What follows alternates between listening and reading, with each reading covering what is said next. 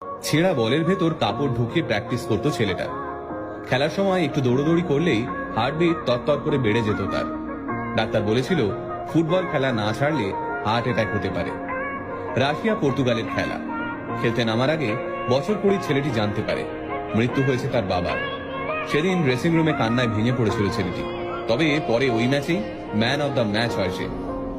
একসময় ছেঁড়া জামা পরে স্কুলে যাওয়ার সময় যাকে ব্যঙ্গ সহ্য করতে হয়েছিল, আজ সেই ছেলে পৃথিবীর সবচেয়ে দামি ব্র্যান্ডের জামা কাপড় পরে। আজ সেই ছেলেটারই সম্পত্তির পরিমাণ প্রায় 8,000 কোটি টাকা। কিন্তু আজও সেই ছেলেটা প্রতিটা বড় অনুষ্ঠানে নিজের মাকে নিয়ে যায়। মাকে প্রতিটা অনুষ্ঠানে নিয়ে যাওয়ায় বান্ধবীর আপত্তি আছে শুনে তৎক্ষণাৎ নিজের বান্ধবীকে ছেড়ে দেয় ছেলেটা।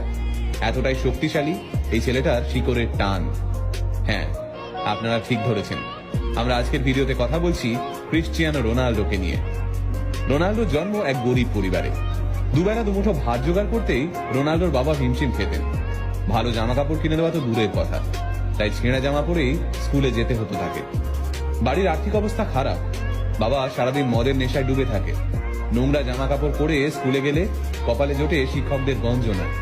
তাই কয়েকটা পয়সার জন্য খুব ছোট থেকেই সাফাই কর্মীর কাজ করতে থাকেন রোনাল্ডো।